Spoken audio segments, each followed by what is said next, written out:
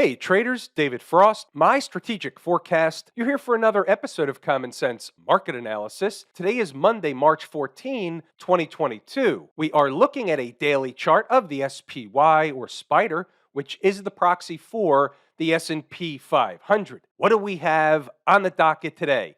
The first thing we have on the docket is it's Pi Day. Anybody that went through school should be familiar with Pi Day 314. March 14th every year is Pi Day. Did anybody get a pie in the face today? They sure did. It was the Johnny-come-latelys. Who are the Johnny-come-latelys? They're the traders, and right of the vertical is today's activity. They're the traders that hopped on board up here thinking it was going to be a runaway rally. It could have been. It might be another day, but today was Pi Day. Back to business. What's going on the daily chart? The trend is down. The trend is your friend. You know what happens when she throws your shit out the window. Let's discuss what's going on around the horn this week, where price is, what's likely to happen in at least one of the schematics from inside my head. We always have the Russia thing on the docket. You're going to get Russia as an excuse for either a rally or a decline. It's very convenient. A rumor floats, they're meeting, they're going to resolve whatever, and the rally ensues. All of a sudden, they pull the rug out. No, it was just a rumor. They're bombing stuff. That's the way these things go. So don't necessarily listen to the Russian news cycle. They just use that as an excuse for each and every movement in the market when they need an excuse. But it's on the docket nonetheless. The second thing is we have Kabuki theater. This week, the Fed meets. They meet on Tuesday, culminating in Wednesday. They'll have an announcement and a press conference. It's likely they're going to raise interest rates 0.25%, also known as 25 basis points. None of that really makes a difference at this point. What does make a difference is two things. A, whether or not the Fed surprises the market by doing something that it hadn't projected, or B, it's either and or B, which is the market reaction to whatever the Fed says. So whether or not it's a surprise or not, if the market reacts big, it will be a surprise by definition. We know they can whip them in both directions, but let's talk more specifically about what's really on the docket. So right now, they're teetering with this low here. Whether or not that breaks, we'll find out tomorrow, maybe Wednesday, but likely tomorrow. Let's say they kill them overnight. The next thing is the low from February 24th. Now, here's where my likely scenario comes in. You have the Fed, you have Russia, all this stuff. It's a great excuse week for the market to get some work done in the southern direction. Everybody thinks the trap door is opening. Everybody runs for the hills. The stops get triggered below February's low. And what do? So let's draw it out real quick. So let's just say they break February's low. Let's get some numbers and let's figure out what's down there. So it's at 410. So what's the next big time likely big fat round number target? It's 400. So now we're going to use logic. Sometimes they come up short. Sometimes they spike it through. We're looking at a big picture. The big picture is whatever's driving this market is not from a 5-minute chart. It's a monthly chart, it's a weekly chart, it's the combination of both or whatever. Maybe it's an annual chart. It really doesn't matter. It's a larger turn that took place. The market went up for many, many years. It put in a top, and now something is driving or pulling the market down. That particular thing is not a short time frame type of thing. Just to put a visual with it, you look at the monthly chart and you have a 20-period moving average that hasn't been visited by the market since May of 2020. We're close. Is that going to draw the market in? Maybe it will. Right now, it sits down at around 208.5. Let's say they spike it through. They're getting close to the big fat round number of 400. It's around 4,000 in the ES contract. Either right in front of it or right below it, there's likely to be garden variety of buy the dip crowds type of support. It's far enough away from the previous low to think they're trading into or falling through the trapdoor or into the abyss. And yes, they could certainly fall farther. That's an intraday type of situation for inside the number members. But hear me out on this.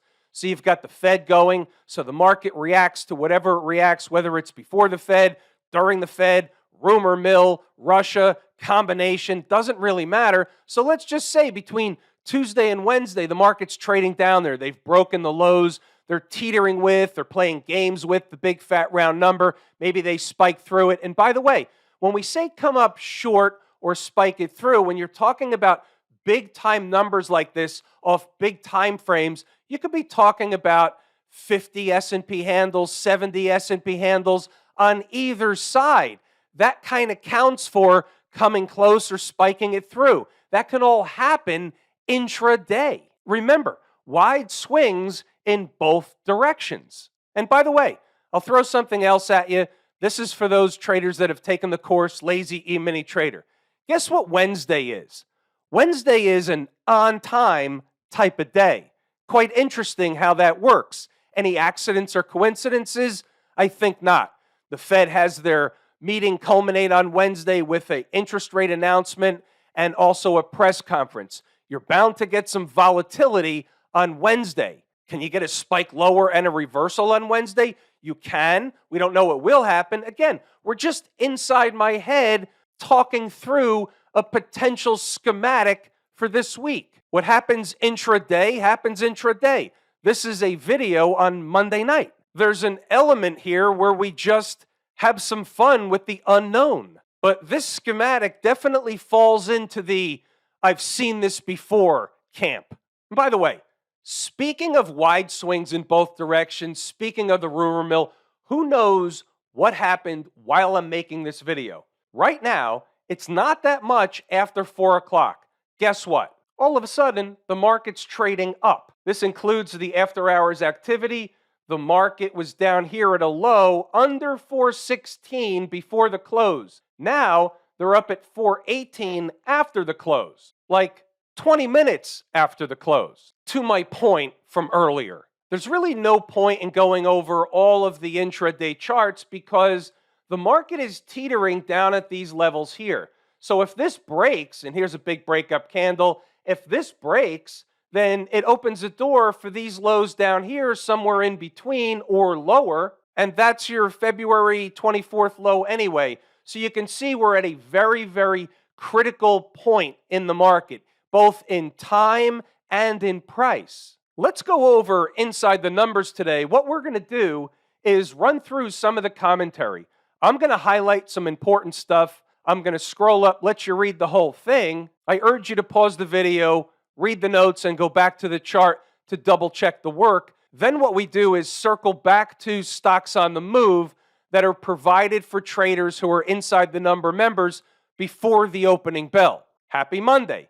It's quad witching options expiration week plus a dose of kabuki theater. By the way, remiss, I didn't mention before, it's also quad witching options expiration week. That's another added dose of volatility in the hopper. As such, weird stuff should happen this week under normal garden variety market conditions. So we get down to the numbers. SPY 423 is the key figure this morning. It's really what the bulls need to get a repair operation from last week underway. Here's the visual. Right of the vertical is today's activity, 423. They run up there. It is resistance for a while. They try and get above and they fail, and they never look back. So 423 was the key figure. We have some numbers above, but we're going to narrow that down once the day starts to get underway. So when we scroll up, you'll see different numbers. However, on the flip side, 419 is important. Now, the second line is 419, so you could see what happened. Once the failure happened up north, they did come down to 419. There was nothing I could find in between. And that only held up for a short period of time. But you still have to know your numbers, don't you? Under 419 is trouble for the bulls. It's where the bears get excited. There's been a wide swing overnight. This is at 9 o'clock. It puts this morning as an anything goes during rush hour scenario. That did turn out to be pretty much the case. Now we had 419, but I also wanted to note if they drop them quick, just in case, as a just in caser, 417.60 down to 417, there should be a bounce back in the other direction. Back to the visual, you could see it was important, but the bounce back in the other direction was paltry at best. And by that time, the commentary is already saying stuff that was reflective of what type of day it turned out to be. This was before the opening bell. Remember, we're just talking numbers right out of the chute. So let me scroll up. There's other numbers that are important, 421.95 to 422. Just as an example, the top line was moved down to 421.95. What's the high in this candle? About 421.97. How you doing? And what we're saying at 932 is the first support area down south is 419. So look at this. Again, with the visual. By 945, the low is 419.11, and they had the rip back in the other direction. Funny how that works. 932, 419, give or take. Nice rip on NTES. We'll get back to stocks on the move later. What I want to do is scroll up. You get the point. You saw some highlights. We're going to go over the stocks, but what I want you to do is read the notes, go back to the chart, and double check the work. You're going to see a lot of important information in here. If you're at all interested or already active in the market during the trading day, then this is something that can help guide you throughout the trading day. You have the numbers, you have the commentary, you have what the thought process is. When there's an obvious trade, you have an obvious trade. You have support and resistance. You want to take a short, you know where the resistance is. You want to take a long, you know where the support is. If they break the support, what do? They go to the next number, the next important number, which below current price makes it by definition support. Here's stocks on the move. And by the way, one last comment on the ES or the SPY, which is this. What happens if you're the trader trying to play the market long? Do you need to know what the important number is where the market falls apart? And the answer is yes. That could save you a bundle. Same thing on the flip side. If you're shorting the market, do you need to know the number that lights the match for the next short squeeze? Well, that's generally inside the commentary, inside the numbers. And the answer is yeah, you need to know that too. So regardless of which side of the market you're on, you need to know your numbers. All right, now we're going to take a look at all 5 stocks on the move today. We had Apple, NTES, AU, BABA, and JKS. 150.40 was the spot on Apple, but you could see what happened. Came up short, hovered around it, hit it on the button over here. The low was 150.40 on the button. And then into the end of the day, that's pretty much where they settled in. So we know that number's important, although Apple did not produce a tradable event. NetEase did produce a tradable event. So check this out. The opening print, 71.28. My number, 71.28, 69.47. They come into the second number, spike it a little bit, rip back in the other direction, making a high of 75.75 within about 20 minutes of trading. And by the way, what's your average price? You're either in at the second number because you didn't buy the first one, opening up on the first one, or you bought the first one and your average is about $70.40. That's a headfirst slide into third base with $5 or $6 in 20 minutes. In the live room, Jordan got this one. A lot of traders in the room got this one. It was a great way to start the week. How about BABA? 78.99 on the board at 0 dark 30. Traders in the room also got a taste of BABA today. Now, all the Chinese stocks were getting crushed this morning. I did have a very select 1 or 2 on the list. They had to be pristine numbers. It's very dangerous to be trading these Chinese stocks now. Either way, great way to start the day and the week. NTES and BABA, right out of the chute. Frankly, at the time, who cares what the S&P was doing? It's not about where, it's just about making money. You either do or you don't. Doesn't matter how. AU did it into the end of the day. Nobody's taking that trade with no time left on the clock, but the numbers work. JKS gave the base hit on the first number, gave the base hit on the second number. If anybody took that trade in the afternoon, don't know whether they did or didn't. But the good news is the numbers work. The last one was Alcoa. It was a real-time type of trade. It was just given to the live room members, 72.77 early in the morning. They came into it. They bounced off of it. They did the deal, pulled up into second base with a stand-up double. So we classify a morning like this in the inside the numbers and inside the numbers live room as a successful morning, regardless of what the S&P did. We got our piece of flesh. What's going on over in Camp IWM? Now, all of a sudden, just like a flip of a dime, the IWM, which is my favorite market leading indicator, is now leading to the downside. Not necessarily all the markets, but as compared to where it is against the S&P and this low over here from the 8th of March. The IWM is now below and has closed below those lows, officially opening the door for the February 24th low in the IWM. Whether they break the low, come up short, we don't know yet. It's all the same market type of situation. If everything's going to get thrown out with the bathwater, then they all go down. Remember, this is the weekly chart. This was a bearish pattern from the weekly chart we've been looking at.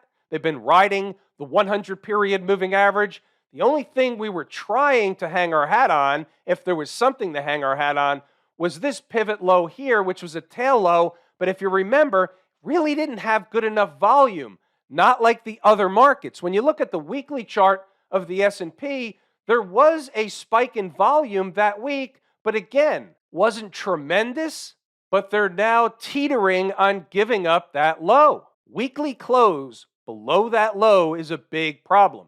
That goes with all that discussion from before. We'll talk about Kabuki Theater, what might happen intra-week. What really is the most important thing is, where do they close this thing by Friday at 4 p.m.? That's the ticket. If they trade underneath during the week, spike back up and close the week positive between Thursday and Friday as a hypothetical part of the schematic, the one from inside my head, if that happens, that's actually a bullish move. What about the folks down at the transportation department? We'll start on the weekly chart, and this is a bear flag pattern riding underneath the 50-period moving average.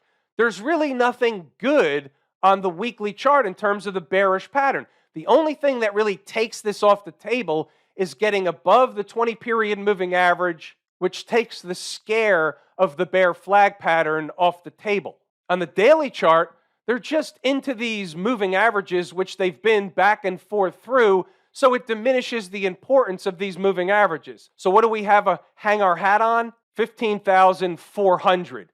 If they get above and close the day above 15,400, that would be a bullish type of behavioral event. Look at the Q people. Look where they are as it relates to the February 24th low.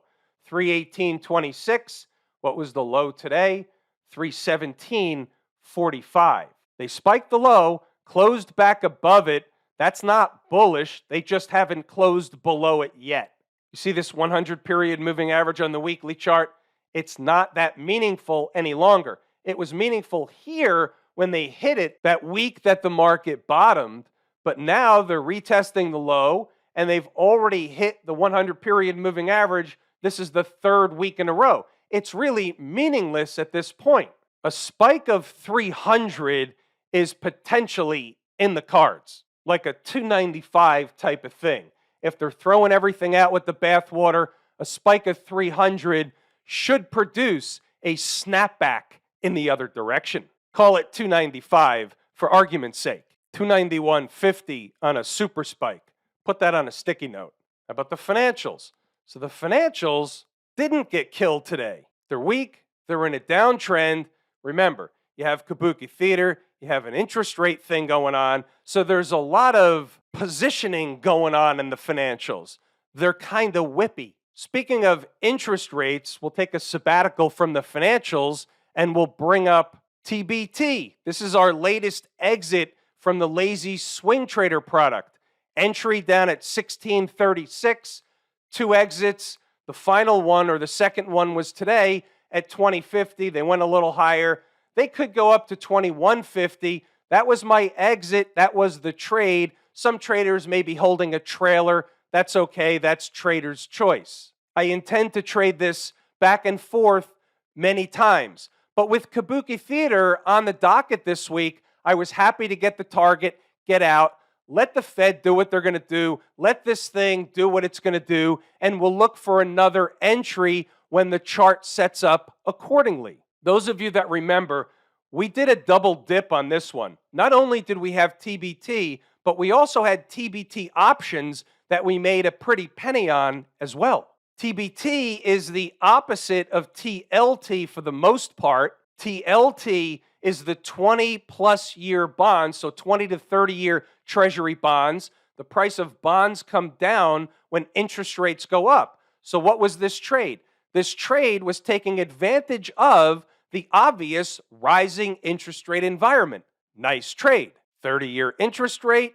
Here's the breakout line. This is a weekly chart. That's a bullish pattern. That's a breakout. We were playing it long. Everything was correct. See, they're coming up to this double top. The question is, are they going to blow right through the double top? Or will they find overhead resistance and pull back in garden variety fashion? With the Fed on the docket, double top on the horizon, I took the profit and will wait on the sideline for an opportunity to redeploy the capital. That's the way we roll. Smash mouth, melting away.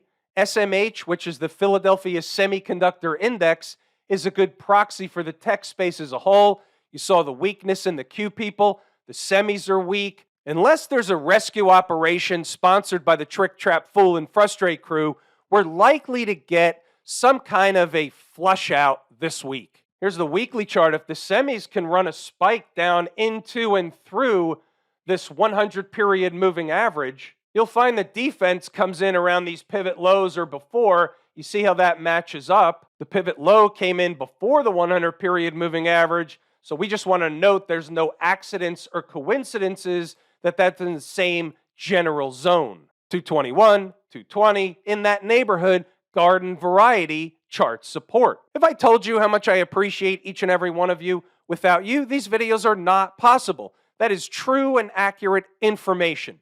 We're pulling the ripcord here today. I'm David Frost, my strategic forecast. Thanks again for tuning in to another episode of Common Sense Market Analysis.